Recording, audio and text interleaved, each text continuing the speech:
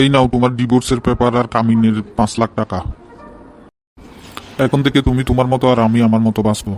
আজকে থেকে তুমি আমাকে কল মেসেজ কোনো কিছুই করবা না। তুমি যে আমাকে ডিভোর্স দিছো তার জন্য আমি আল্লাহর কাছে শুকরিয়া আদায় করি। অবশেষে অনেক কষ্টের পরে আমি তোমার থেকে ডিভোর্স নিতে পারছি। আমার হাতে এত সময় নাই যে তোমাকে ফোন দিয়ে মেসেজ করে ডিস্টার্ব করব। তোমাকে অনেক ধন্যবাদ আমাকে ডিভোর্স দেওয়ার জন্য, সাথে আমার কামিনের টাকাটাও দিয়ে দেওয়ার জন্য। এই টাকা দিয়ে আমি এখন আমার জীবন নতুন করে সাজাবো। আমাকে ধন্যবাদ দেওয়ার কিছুই নেই। তুমি 1 বছর ধরে আমার কাছে ডিভোর্স চাইতেছো, কিন্তু আমার কাছে টাকা ছিল না, তাই ডিভোর্স দিতে পারিনি। এখন আমি আমার গ্রামের বাড়িতে জমি বিক্রি করে টাকা নিয়ে আসছি।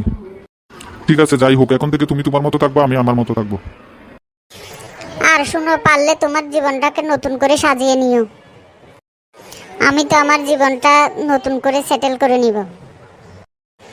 আজকের পর থেকে তুমি আমাকে নিয়ে চিন্তা ভাবনা করতে হবে না। তোমার মতো ফকিন্নির সাথে থেকে আমার জীবনটা শেষ হয়ে গেছে। তুমি এটা ভেবো না যে আমি জীবনে কিছু করতে পারবো না। তোমাদের মতো ছেলেদের কাছে না 10টা অপশন থাকলে আমাদের মতো মেয়েদের কাছে 100টা অপশন আছে। কি বললে 100টা অপশন? তুমি আমাকে গরিব ফকিন্নি বললে, আমি কিছুই বলিনি।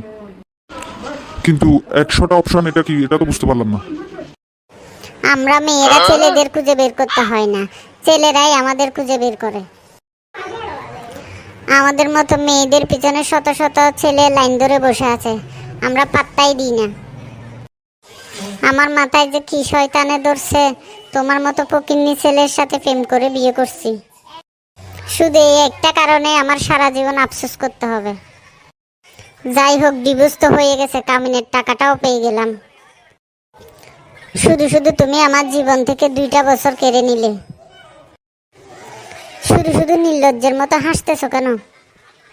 হাসতেছি এই জন্য যে তোমাদের মতো ডিভোর্সি মেয়েদেরকে কোনো পুরুষে কোনোদিন আপন করে নেয় না। যতদিন তোমার এই সুন্দর রূপ আর যৌবনটা থাকবে, ততদিন শুধু তোমাকে বুক করার জন্য আপন করে নিবে। আর যখন তোমার এই সুন্দর যৌবন আর রূপ থাকবে না, তখন কেউ তোমার দিকে ফিরেও তাকাবে না। আমি একজন পুরুষ মানুষ, আমি পুরুষের মন বুঝি। তুমি জীবনের সবচেয়ে বড় ভুলটা আজকে করলা।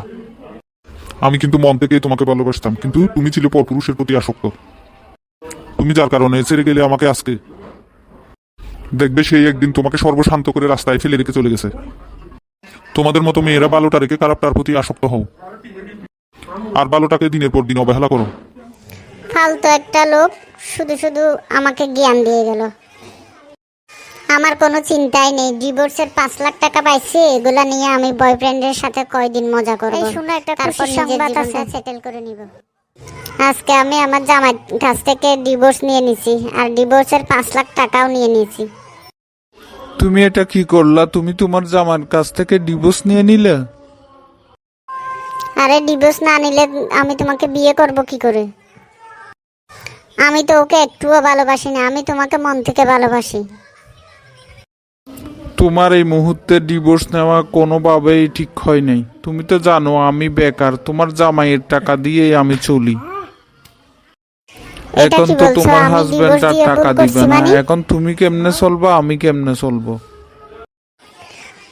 আমি তোমাকে কয়দিন পরে বিয়ে করব, আমাদের ভবিষ্যৎ সুন্দর করে সাজাতে হবে না? আর তুমি কি সারা জীবন বেকার থাকবে নাকি? আমার এই কাবিনের 5 লাখ টাকা নিয়ে তুমি সুন্দর করে ভালো একটা বিজনেস করো, দেখবে আমাদের জীবন সুন্দর করে চলে যাবে। এই 5 লাখ টাকা দিয়ে আমি কি ব্যবসা করব? বর্তমানে 40-50 লাখ টাকা ছাড়া কোনো ব্যবসাই হয় না। এটা কি কথা বলতেছো? আসলে আমি তো তোমার কোনো কথাই বুঝতেছি না, আমাকে একটু বুঝাই বলো তো। আসলে কথা হচ্ছে আমি তোমাকে বিয়েই করতে পারবো না, তোমার যা ইচ্ছা তা করতে পারো।